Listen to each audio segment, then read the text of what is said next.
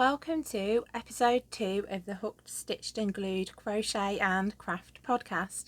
I'm Karen and I'm coming to you from Lincolnshire in the east of the UK, and I'm a crochet designer, maker and tech editor, and sometimes a knitter too. So grab yourself a cuppa and come and join me for a chat. Sorry, I've got a bit of a sore throat. I think it's one of the hazards of having 2 children and working with children as well. My first work in progress for today is actually a knitting project. I shamefully started this last November, so it's been on the needles a little while. It's a cardigan for me, and I'm using, I'll just show you the pattern, this pattern by West Yorkshire Spinners, but I am making sort of really short sleeves because I want it to wear over this long sleeved top that I've got, and I really hate the feel of lots of layers on my arms. Like, it makes me feel really uncomfortable. I'd rather be cold than uncomfortable. So I did a little bit of maths with the pattern and a bit of calculating, and I've got one of the sleeves here, so you can see I've shortened it a lot. So the sleeves are worked first and then the body, and then you join it all together to do the yoke.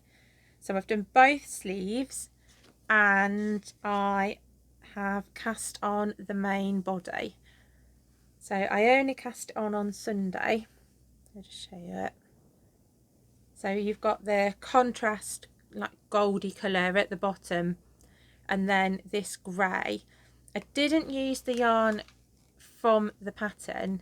This yarn is actually West Yorkshire Spinners Colour Lab. I think it's Storm Grey or something like that. And the top that I want to wear it with is like a mustard colour, so I thought the grey would look nice, and then the colour work and the contrast in this gold. The gold is, oh, did a focus, West Yorkshire Spinners Illustrious, but I spoke to my lovely friend Lucy, who said that the 2 yarns were fine to go together. Lucy is the owner of the Pearl Row yarn shop in Grantham, which is also in Lincolnshire. So big shout out to Lucy, because it's tough for small businesses at the moment, and if you're local, go and pay her a visit because she is super. Anyway, she said that this was fine to use together. It is taking ages. These needles are tiny and there are hundreds of stitches, like nearly 250, but I'm just working a row every now and again, and I know it'll get there in the end. Knitting was the first thing I learned to do with yarn when I was about 5. I didn't start crocheting until a bit later on, when I was about 8 or 9.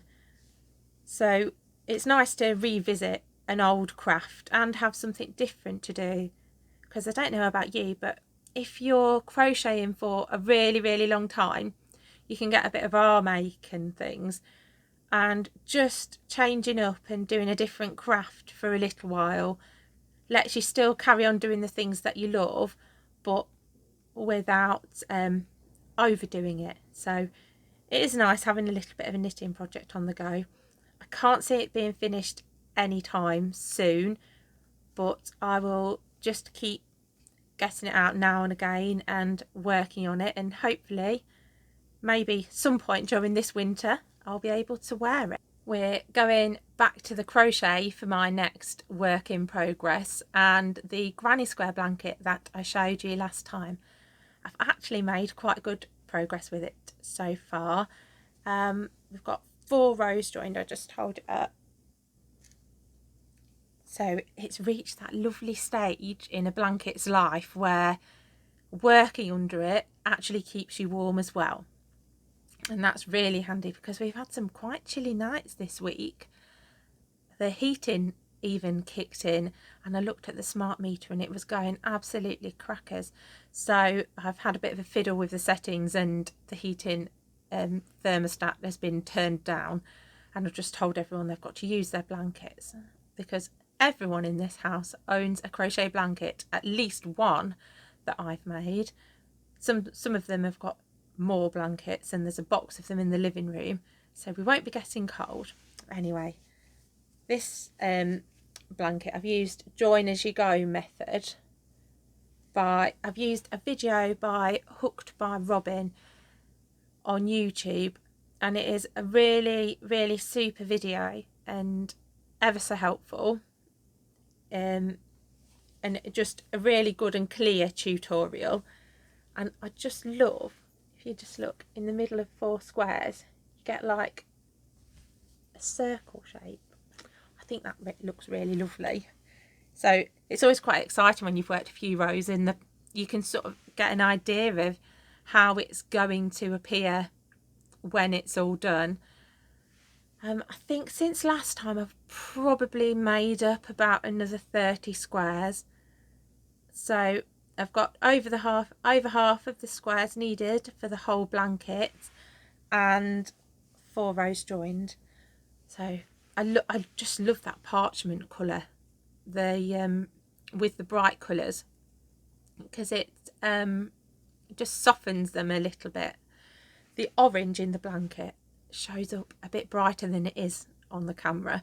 It's more muted. It's actually Stylecraft Special DK Spice, so it's kind of a faded orange, just a really nice autumnal colour, but the camera made it look like I'd got highlighter orange. It's not quite that bright. I'm going to move now on to FOs, or finished objects. The last couple of weeks I seem to have just been making quite a lot of little projects, which is a good accompaniment to all of the large projects like the blanket, because it's so satisfying just actually having a finished thing. And when you're working on something really big, sometimes it just feels like you're never going to get there. Anyway, I've been working on a pattern test for Munira of Chroma Crochet again, and this time it's for a popcorn plant hanger. I also had the pleasure of tech editing this, but I did say to Munira that I would like to test it too. So I made it, and instead of popping a plant in it, I've actually popped the conkers that we've collected on the way home from school. So you can see in there, I won't tip it too far or I'll get conkers all over my craft room floor. But isn't it lovely? Look at those popcorns. So this is made in Rikarumi, except for the top, which is Sirdar Happy Cotton. So the mustard, the orange and the beige are all Rikarumi. So obviously with a plant in, it would be flat on the bottom. But this just sits really nicely on my porch windowsill with the other autumn teddies and things, and just looks really pretty. We're hoping that the conkers actually do their job and scare spiders away. I haven't seen a spider lately. A couple of weeks ago we had the most enormous ones in the house, and spent a lot of time evicting them, but we haven't seen any lately, so maybe the conkers have done their job. And isn't it cute? It's meant to have a plant in it, but I haven't got many house plants because of my terrible track record with them and keeping them alive. But yeah, that was a real joy to make and tech edit. So if you check out Munira's links, I'll pop a link in the comments so that you can go and find the pattern if that's something you want to make. It's just lovely, isn't it? Right, and carrying on with the autumn and bright theme, I've got this. Now, when I was talking to you about the blanket, I said that the spice yarn wasn't very bright. On this one I've used Starcraft Special DK in Jaffa, and that is bright, like incredibly bright. So I'll just show you it and then I'll talk about it. So I've got this, I'll just turn it around. This beauty is a loot bag for my daughter for when we go trick-or-treating. She is a massive Halloween fan. She has made a countdown calendar for Halloween, which she is crossing off the days on. Her outfit has been in planning for months, and she just loves this time of year. So I got sent this pattern by Nicola of Loops and Crosses Crochet. I'll pop her link below as well, because I'd mentioned that my daughter loves Halloween. The pattern is actually for a really lovely pumpkin cushion, but I decided that 2 of the squares from it joined together with a middle section would actually make a really fab bag for collecting sweets and treats on Halloween. Nicola's designs are lovely, and she uses cross stitch a lot, and that was something that I was really keen to try. Before I was really into crochet, I used to do quite a lot of cross stitching, but I kind of stopped because I was always messing up. I always counted it wrong, and I also just didn't have the patience for it. And I just wanted things to be completed and have something nice to look at. And I always used to get fed up halfway through, and so many half completed projects have gone off to my mum's. I've no idea if she's finished them, but I'll show you the cross stitch section. It's lovely, isn't it? So we just had to make the square and then embroider on it, and it was something that I really enjoyed doing. It was really mindful and relaxing, just following that chart and pattern and putting it together. And then in the cushion she has these striped squares too, so I just worked one as she'd done it. Then, because I wanted them to be a bit bigger to make it into a decent sized bag, I added some borders in. So I started off with a border of just double crochet or US single crochet stitches. Then I did the black row here, and they are UK half treble crochets with a chain one between and skip a stitch. So you'd got the gaps, and then I worked another round in the orange with double crochet into the top of the half trebles, and then spike stitches worked into round 1 of the border, and then finished both sides off with another round of single crochet around the edge of the whole thing. And then to make the middle section, to pad it out, I worked through from the front panel, I worked through the 3rd loop and through the back loop. Oh no, just through the 3rd loop of the crochet stitch. You can't quite see it.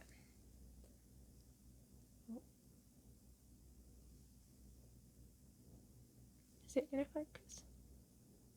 No, it's not going to focus. I worked through the 3rd loop all the way around, and then just worked back and forth in rows of orange until it was deep enough, and then I worked through the 3rd loop on the back as well, and that just gave it a bit of depth. And then for the handle, I joined the yarn here at on the front there, and chained until it was long enough for the handle that I wanted for my daughter and joined it here, and then I used half trebles because it took me ages to work this middle bit here, and I just thought I haven't got the patience to do another one of that. So I used half treble stitches back and forth and slip stitched into the ends of the rows to join it into the main body of the bag. So the whole thing hardly had any sewing apart from the ends. It's a really, really lovely pattern to follow, really nice and simple. The cushion is actually amazing. You do need to check out Nicola's design. It's got the most amazing ruffled edge on it.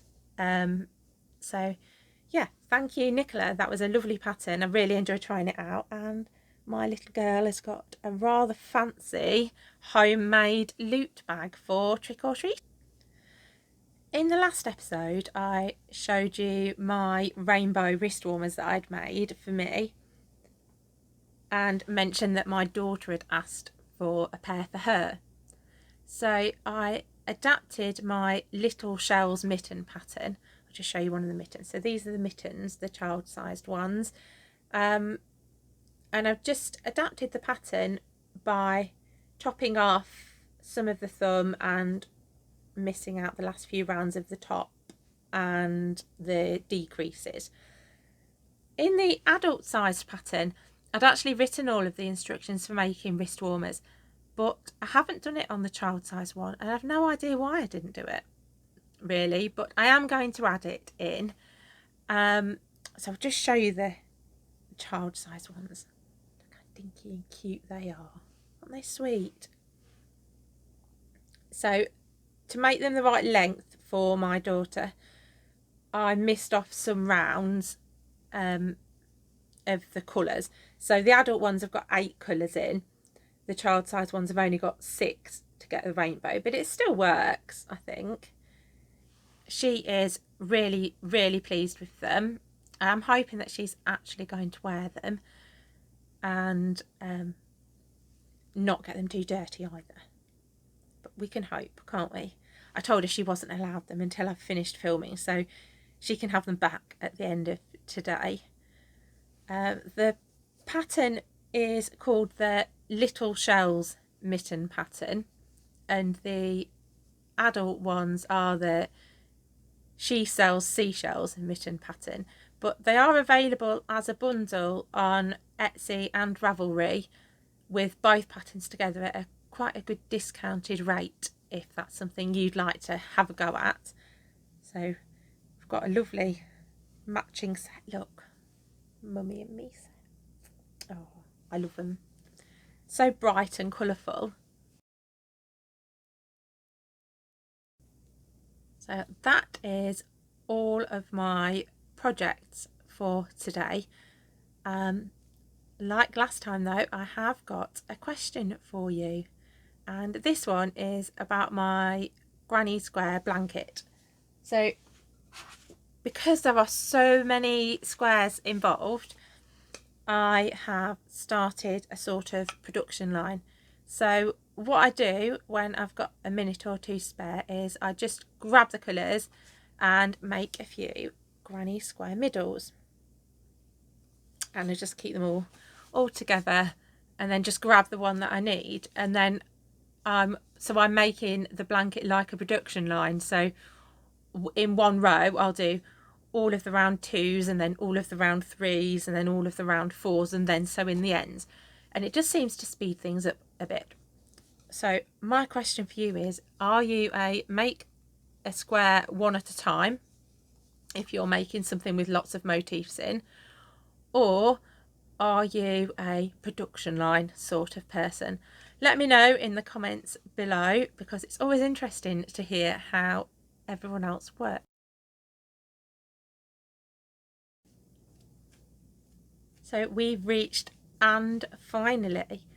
So when I'm at home before I go to work, but when I've already taken the children to school, sometimes I get a little bit of time for crocheting, and I like to watch podcasts and listen to audiobooks in that time because it's a lot more cheerful than the news, isn't it? October is a great month for podcasts because of Vlogtober, and I've especially been enjoying watching This Little Wonderful Life and Stitched by Mrs. D's Vlogtober as well.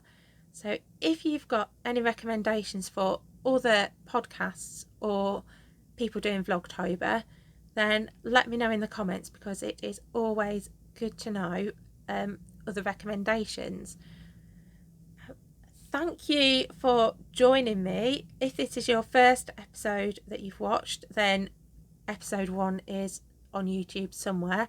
And if you watched episode 1 and you've come back for episode 2, then thank you very, very much for coming back again. See you in the next video, hopefully. Take care and enjoy the rest of October.